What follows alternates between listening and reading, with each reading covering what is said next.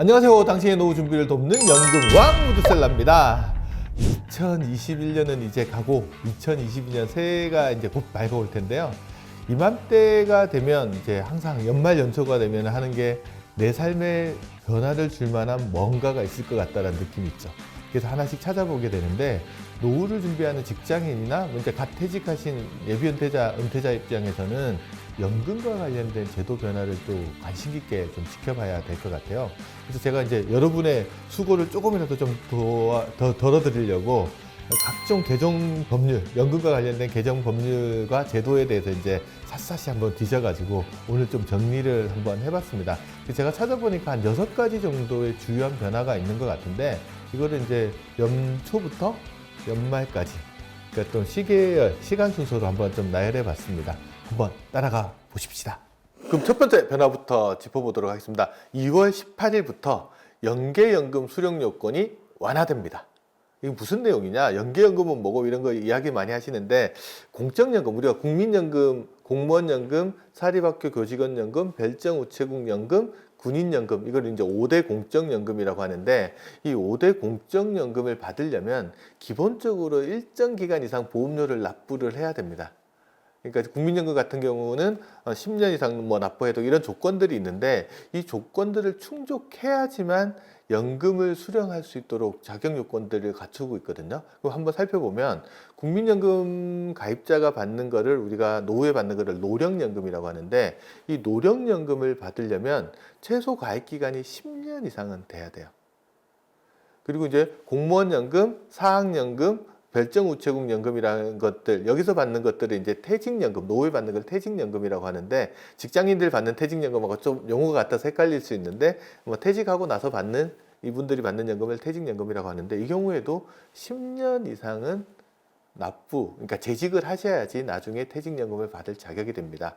군인연금 같은 경우는 조금 다른데, 퇴직연금 이름은 똑같아요. 근데 20년 이상 복무를 하고 퇴직을 해야지만 받으실 수가 있습니다. 그런데 이런 경우 있을 수 있잖아요. 예를 들어서 요즘 뭐 평생 직장 개념도 사라지고 뭐 직장 옮기시는 분들도 많으시다 보니까 직장을 그만두고 공무원이 되신다든가, 공무원 생활을 하시다가 그만두고 취업을 하셔가지고 직장 일반 회사로 취업한다거나, 이런 경우들이 있을 수 있잖아요. 근데 예를 들어서 직장에서 한 9년 정도 근무하시다가 그만두고 공무원 생활을 시작하시는 분 같으면 국민연금 가입 요건을 못 채우시는 경우들이 생길 수 있어요.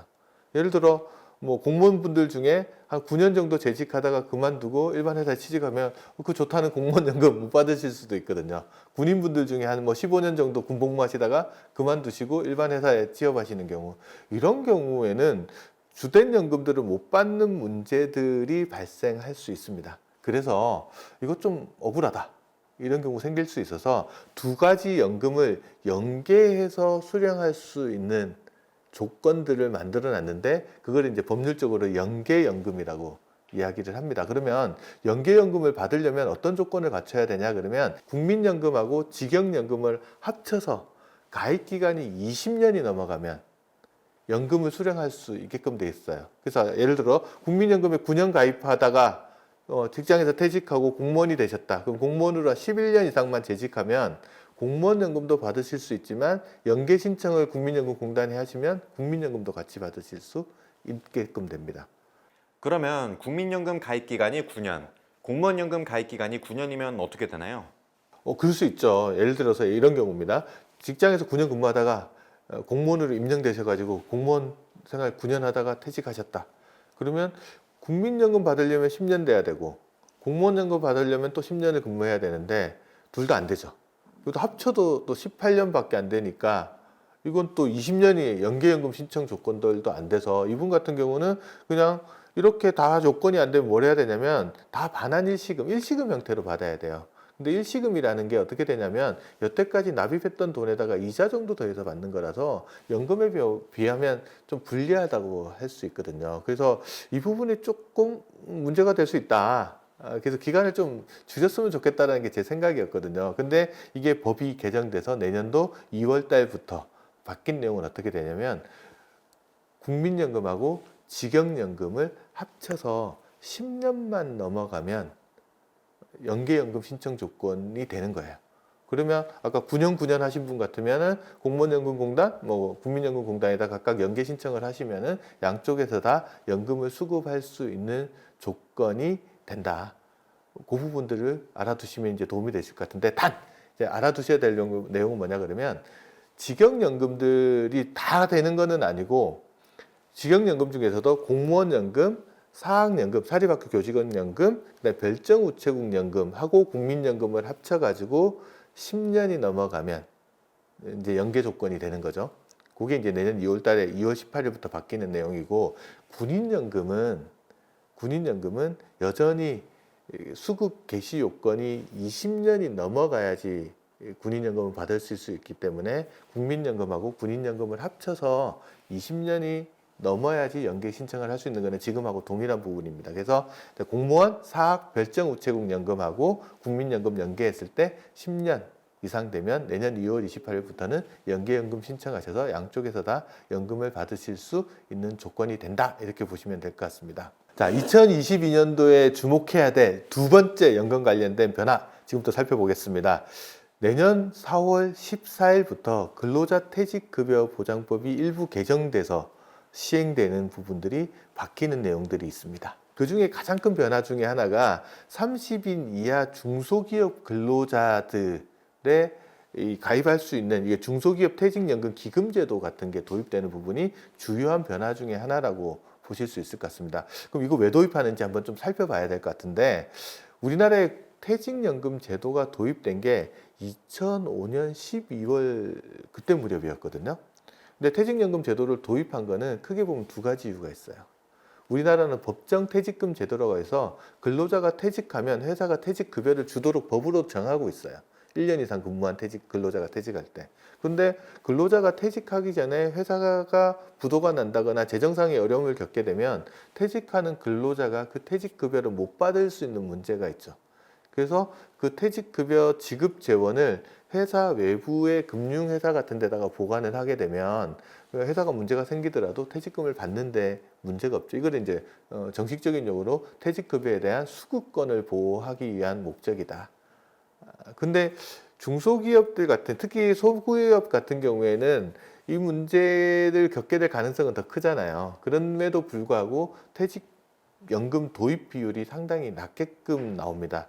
예를 들어서 이제 300인 이상 사업장, 뭐 소위 말하는 대기업들에서 퇴직연금을 도입한 비율이 한 90% 정도 되는 데 비해서 30인 미만 사업장 같은 경우는 도입 비율이 한 24% 정도밖에 안 되거든요. 도입 비율을 좀 높여야 이 부분에 대한 문제들, 특히나 중소기업 같은 경우에 일하시는 분들이 퇴직급여를 보장받을 확률이 되게 높일 수 있다라는 이슈가 있어서 이 부분이 하나가 이슈가 있는 것 같고요. 두 번째는 퇴직연금을 도입한 두 번째 목적은 이거를 일시금으로 찾아서 써버리는 게 아니고 나중에 노후의 연금 형태로 진짜 노후생활비 재원으로 쓸 수 있어야 되거든요. 그러려면 운용을 잘 해가지고 수익을 많이 내야 되잖아요. 근데 퇴직연금 가입한 사람의 상당수가 이걸 원리금 보장 상품에 운용하고 있고, 특히 중소기업에 일하시는 분들, 30인 미만 사업장에 일하시는 분들은 예를 들어서 퇴직연금을 관리해주는 연금 사업자를 다양하게 선정할 수가 없어요. 규모가 작다 보니까. 그러다 보니까 뭐 한 회사만 맡겨놓다 보니까 뭐냐면 상품의 다양성이 떨어지고 운영하기가 좀 원활하지 못한 부분들이 있습니다. 그래서 이 부분 문제들을 좀 해결할 수 있는 방법 중에 하나가 이 기금 형태의 제도를 도입을 하는 거예요. 전문적으로 운영할 수 있는 여러 개 사업장이 돈을 모아서 전문적으로 운영할 수 있는 기금 형태를 하나 만들고, 그 기금에 이렇게 근로자들이 가입하게끔 하게 되면 상당 부분 이 숙제들, 수급권 보호라든지 운영의 효율성 부분들을 높일 수 있을 것 같아서 이 내년에 도입되는 제도 중에서 30인 미만 사업장에 도입되는 이 부분들을 좀 주목해서 살펴봐야 될 부분인 것 같습니다. 그래서 이 부분 좀 잘 살펴보실 것 같고요. 특히 설립 초기에는 이제 좀 가입을 촉진하거나 이런 것 때문에 이제 사용자 부담금을 완화시켜 준다든지 비용을 일부 또 감면해 준다는 이런 조치가 있을 것 같은데, 이 변화는 어떤 변화가 있을지는 그 시행되는 시점 무렵에 한번 좀 주목해서 살펴봐야 될 필요가 있는 것 같습니다. 퇴직금 지급 방식도 바뀐다고 하던데 맞나요? 이게 또 내년에 시행되는 제도 중에, 그러니까 근로자 퇴직급여 보장법 바뀐다고 했잖아요. 그 내용 중에 하나가 들어가 있는 게 뭐냐면 퇴직금 지급 방식의 변화 부분들도 담겨 있습니다. 보통 아까 말씀드렸듯이 사용자는 근로자가 1년 이상 일하고 근무할 때 퇴직급여를 지급해야 되는데 법에는 퇴직한 날로부터 14일 이내에 지급하도록 법에 명시를 하고 있거든요. 근데 이 지급 방식이 퇴직연금 가입 여부에 따라서 조금 달라요. 현재 기준부터 좀 말씀을 드리면 퇴직연금 가입하신 분들 기준으로 말씀을 드리면 55세 이전에 퇴직을 하시면 퇴직급여 전액을 개인형 퇴직연금이라고 하는 IRP 계좌에 의무적으로 이체를 해야 돼요. 그럼 이때는 퇴직급여를 이체할 때 퇴직소득세가 얼마 정도 나오는지 계산만 해두고 세금을 실제 떼지는 않고 세전퇴직금 전액을 IRP 계좌로 이체를 해주거든요. 그럼 이렇게 이체된 퇴직급여는 뭐 중도에 해지를 하게 되면 원래 내야 되는 퇴직소득세를 그냥 내게 되지만 만약에 이거를 잘 보관하고 관리하고 운영하다가 55세 이후에 연금 형태로 수령하게 되면 퇴직소득세율의 한 70% 수준에 해당되는 연금소득세를 내거든요. 그러니까 쉽게 말해서 한 퇴직소득세를 한 30% 정도 경감받을 수 있는 조건이 됩니다. 그래서 요즘 직장 많이 옮기시는 분들 입장에서는 퇴직할 때마다 받았던 퇴직급여를 IRP 계좌에 옮겨놨다가 나중에 55세 이후에 연금 형태로 수령하라는 내용으로 이걸 만들어 놓은 제도예요. 근데 55세 넘어가신 분들, 퇴직연금 가입자 중에 이분들은 어떻게 되시냐 그러면 그냥 IRP 계좌로 이체하실 수도 있고 아니면 그냥 일시금 형태로 수령하시는 것들도 가능합니다. 둘 다 선택을 할 수 있어요. 55세 미만인 경우에만 IRP 계좌에 의무적으로 이체를 해야 된다.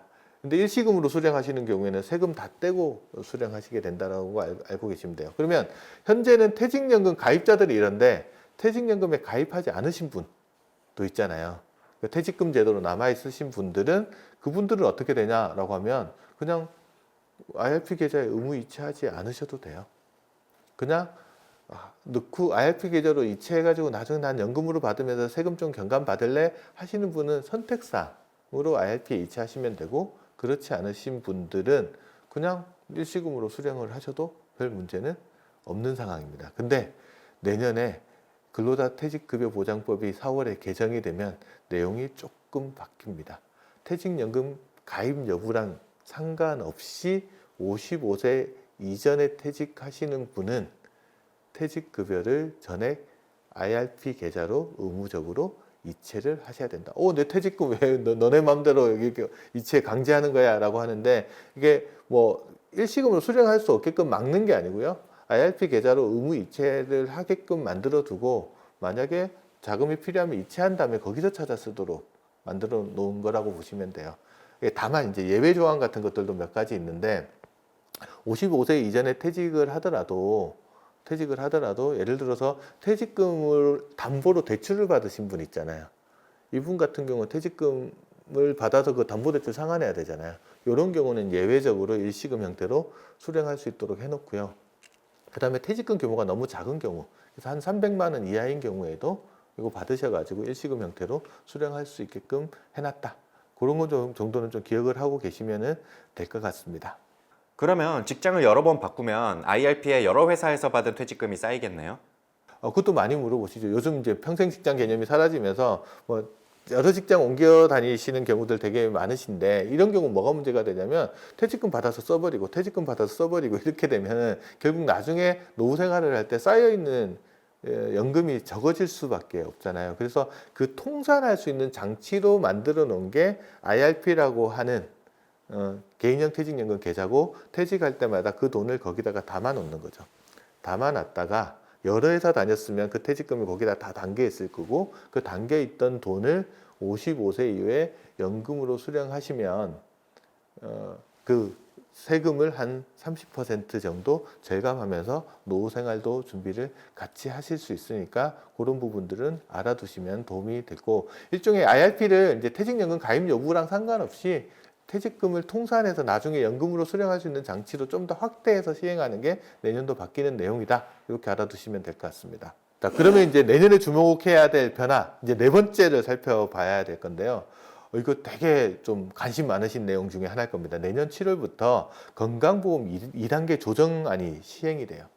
이 시행되는 것에 따라서 이제 바뀌는 부분이 여러 가지가 있는데 그 중에 이제 연금과 관련된 내용만 한번 좀 짚어보자 보면 내년 7월부터 지역 가입자의 공적연금 소득 반영 비율이 30%에서 50%로 인상된다.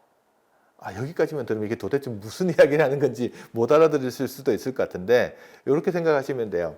직장 다니시는 분들은 자기 소득의 일정한 비율을 곱해가지고 그걸 이제 건강보험료로 납부를 하시는데 지역가입자는 이 소득뿐만 아니라 소득, 재산, 뭐 자동차 이런 것들을 다 점수화해가지고 건강보험료를 납부합니다. 그러면 요 소득이 도대체 뭐냐? 이 소득에는 보면은 근로소득, 사업소득, 이자소득, 배당소득, 뭐 연금소득, 기타소득. 그래서 6가지 소득이 다 포함이 돼요. 이제 조금 특이한 부분이 있는 건 뭐냐면 이 소득을 전액 다 점수화해가지고 그대로 연금보험료를 산출하다 보면 너무 억울하신 분이라고 생각하는 게 뭐냐면 연금 받으시는 분들.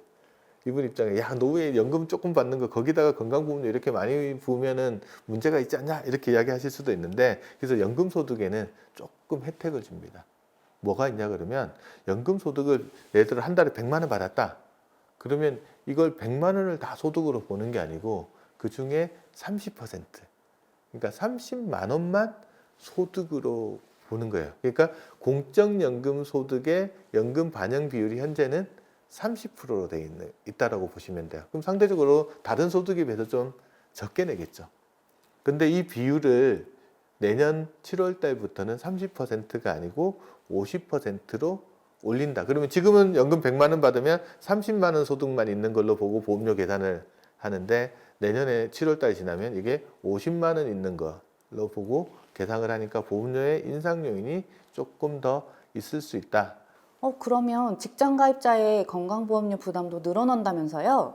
아까 제가 직장 가입자들은 자기 소득의 일정 비율로 이제 건강보험료를 납부한다고 말씀을 드렸잖아요. 근데 직장 다니시는 분 대부분의 직장인들은 직장에서 주는 급여 소득 외에 다른 소득은 별로 없잖아요. 그래서 별로 신경 쓸 거 없습니다. 그런 분들은 별로 신경 쓸 거 없는데 직장 다니시는 분들 중에서 다른 사업 소득이 있다거나 기타 소득이 있다거나 이러신 분들, 다른 소득이 있으신 분들 있으시잖아요. 이분들은 급여 외에 다른 소득이 지금 현재는 3,400만 원이 넘어가면 그 넘어가는 소득에 대해서는 건강보험료를 별도로 부과를 하고 있거든요. 근데 이 기준이 내년 7월 달에는 3,400만 원이 아니고 2천만 원으로 낮춰질 예정입니다. 그렇게 되면 뭐 다른 사업소득이나 뭐 기타 소득이나 뭐 이런 소득들이 있으신 분들 입장에서는 건보료 부담이 추가로 더 생기는 거죠. 그러니까 직장에서 내는 거 말고 내가 2천만 원 이상의 다른 소득이 있으면 거기에도 건보료가 추가로 부과되는 부분들이 있다. 그래서 그 부분들의 부담은 조금 늘어날 수 있으니까 그거는 알아두시면 도움이 되실 것 같습니다. 피부양자 자격 조건도 강화된다는데 맞나요? 이게 이제 은퇴자분들이 관심을 되게 많이 갖는 내용들이죠. 이제 퇴직을 하고 나서 별다른 소득이 없으신 분들 중에 상당수가 그러면 내 건강보험료가 부담스러운데 직장 다니는 자녀의 건강보험에다가 피부양자로 등재를 하면 건강보험료를 안 내고 건강보험의 혜택은 받으실 수 있거든요. 그걸 이제 피부양자라고 하는데 그렇다고 뭐 자녀의 건강보험료 부담이 늘어나냐? 그것도 아니에요.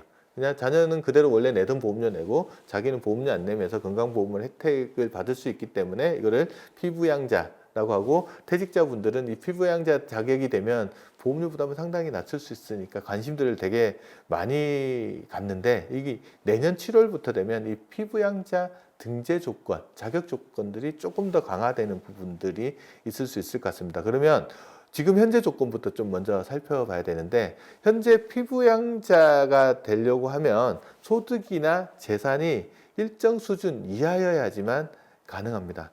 어느 정도 수준 이하여야 되냐? 소득 같은 경우에는 그러니까 사업자 등록이 되어 있으면 안 되고 사업자 등록이 안 된 경우에는 사업소득이 500만 원 이하여야 되는 건 이제 기본적인 조건이고요. 두 번째, 전체 소득이 3,400만 원을 넘어가지 않으셔야 됩니다. 그리고 재산 조건도 있는데 재산세 과표 기준으로 봤을 때 5억 4천만 원을 넘어가지 않으셔야 돼요. 그러니까 두 가지 조건을 다 충족하시는 분이라고 하면은 피부양자로서 자녀건강보험에 등재해가지고 건강보험료를 안 내실 수가 있습니다. 근데 재산이 조금 많으신 분도 있으실 수 있어요. 예를 들어서 5억 4천은 넘어가는데 9억 원이 안 되시는 분 있잖아요. 요 분들 같은 경우에는 소득이 1,000만 원 이하이시면 이분들도 피부양자 등재로 해가지고 보험료를 안 내시면서 혜택은 받으실 수 있는 게 현재 조건이라고 보시면 되는데, 지금 화면에 표가 나갈 텐데 이게 2022년 7월 이후에 이게 조금 줄어드는 부분들이 있습니다. 먼저 소득 기준으로 보시면 소득이 아까 제가 3,400만 원이라고 했는데 2,000만 원으로 기준이 강화됩니다. 그리고 재산 기준도 3억 6천, 재산세 과표가 3억 6천 이하로 강화되니까 거기서 좀 탈락하시는 분들이 좀 나오실 수 있을 것 같고요. 두 번째, 아까 제가 5억 4천에서 9억 사이에 있으신 분은 1,000만 원 이하 소득이라고 했는데 바뀌는 내용은 3억 6천에서 9억 사이에 있으신 분은 1,000만 원 이하 소득이 있으시면 피부양자 등재를 하실 수 있는데 그거보다 많으시면은 안 된다. 그래서 약간 강화되는 부분이 있는데 제가 그래프로 딱 비교해서 안 되시는 분들을 딱 표시를 해놨잖아요. 저게 건보공단에서 예측하기로 한 58만 명에서 59만 명 정도가 자격 요건을 강화하면은 실질적으로 좀 피부양자가 안 되신다라고 하니까 이 부분들도 이제 알아두시면 내년 7월 이후에 나타나는 변화라고 보시면 될 것 같습니다. 이거는 이제 혜택이 좀 사라지는 부분들입니다. 연금저축이나 IRP 가입하신 분이 보통은 한 해에 1,800만 원 정도를 저축하시고 세액공제를 많이 받으면 700만 원 정도를 받는 걸로 알고 있는데 50세 이상이신 분들한테 이거 플러스 200만 원 혜택이 지금 주어지고 있어요. 그러니까 50세 이상인 분들 중에서 소득이 많지 않으신 분들, 예를 들어 총급여가 1억 2천만 원을 넘어가지 않으시는 분들, 종합소득 기준으로 1억 원이 넘어가지 않으신 분들 같은 경우에는 50세 이상자들은 700만 원에서 플러스 200만 원을 더해서 900만 원까지 세액공제를 받으실 수가 있습니다. 근데 이게 언제까지 가능하냐면 내년도 12월 31일, 그러니까 내년도 연말정산도 적용할 때까지, 2022년도 연말정산할 때까지만 이 적용을 받으실 수 있으시니까 이게 달라지는 부분 중에 하나입니다. 저는 이제 관심 갖는 거는 혹시 이 일몰되는 시점이 내년 연말경에 세법 개정하면서 조금 더 연장될지 안 될지는 이건 제가 이제 관전 포인트로 지켜보고 있는 부분이라서 그 부분들 한번 살펴봤으면 좋겠습니다. 최근에 퇴직연금 디폴트 옵션 관련 법안이 국회를 통과했다고 하던데 어떤 내용인가요? 맞습니다.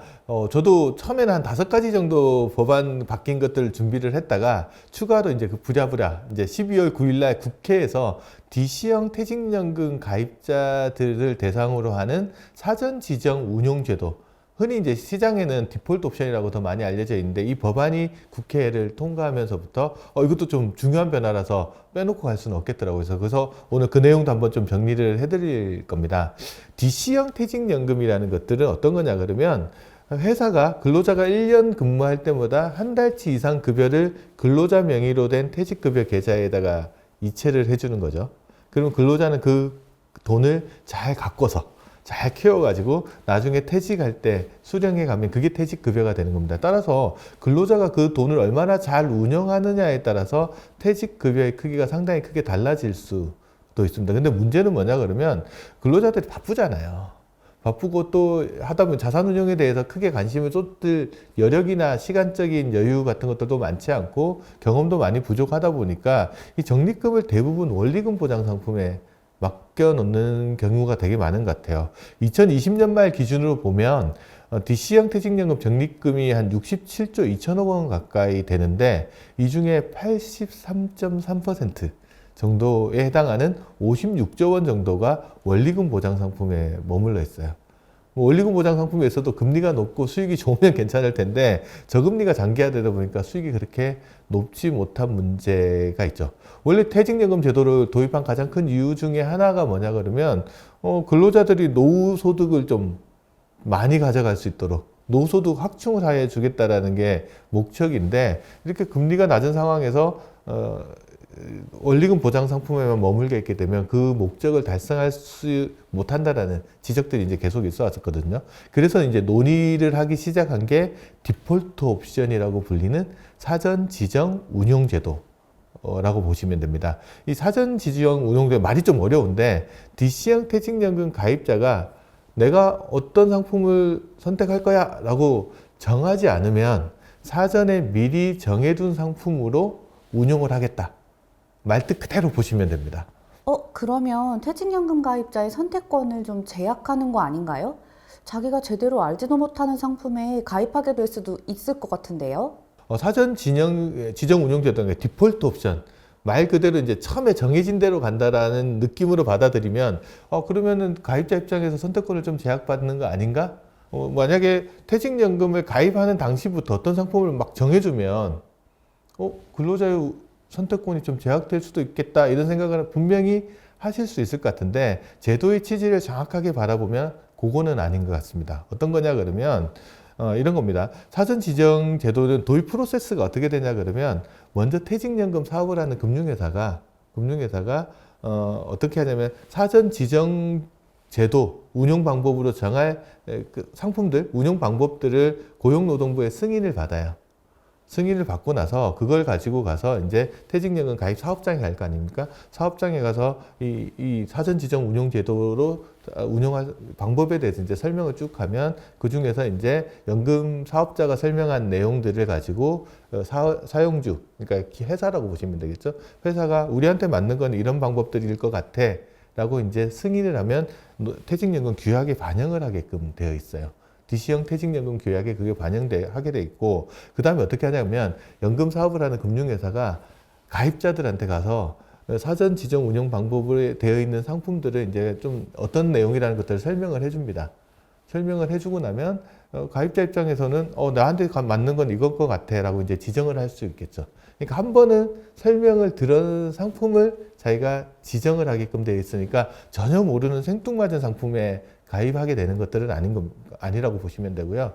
그리고 또 지정을 했다고 해서 그 상품을 무조건 가입하는 것도 아닙니다. DC형 퇴직연금을 처음 도입하거나 아니면 기존에 가입하고 있는 상품이 만기가 돌아왔을 때 자기가 원하는 상품 그냥 정하면 돼요. 그럼에도 불구하고 지정을 안 하는 경우가 있을 수 있잖아요. 그래서 DC형 퇴직연금을 도입하고 나서 또는 처음 가입하고 나서 아니면은 기존에 가입하고 있던 금융상품이 만기가 된 다음에도 4주 동안 새로운 상품들을 바꿀 상품들을 선정하지 않은 경우에 이제 안내를 해준 거죠. 지금까지 상품 선정을 하지 않으셨는데 이대로 두시면 미리 사전에 정해둔 상품으로 바뀌게 됩니다고 한번 안내를 해줘요. 그러고 나서 2주 동안 그런데도 설정을 하지 않으시면 그제서야 가서 되면 사전에 정해준 상품으로 들어가게 된다. 그래서 충분히 바꿀 수 있는 기회들은 충분히 많이 준다라고 보시면 되고요. 그리고 사전 지정 운용 방법에 따라서 이제 정해진 상품으로 들어간다고 하더라도 그 상품을 반드시 계속 운영해야 되는 건 아니에요. 자기가 필요하면 언제든지 바꿀 수 있다라고 보시면 될 것 같아요. 그래서 이제 궁금하신 내용은 또 뭐가 있을 것 같아 그러면 이 사전 지정 운영 방법으로 들어갈 수 있는 금융 상품이 어떤 것들이 있냐라는 부분들에 대해서 이제 문의를 좀 많이 하실 것 같은데 대표적으로 원리금 보장 상품이 있고요. 그 다음에 소위 말하는 자본시장법에서 운영하는 집합투자기구라는 것들이 있는데 소위 말하는 펀드라고 보시면 됩니다. 그 펀드에 대표적으로 어떤 유형들이 들어가냐 그러면 타겟 데이트 펀드라고 해서 예를 들면 은퇴까지 기간이 많이 남았을 때는 주식 비중을 높게 가져가다가 은퇴 시점이 다가오면 주식 비중을 이렇게 줄여나가는 타겟 데이트 펀드가 하나가 들어가고요.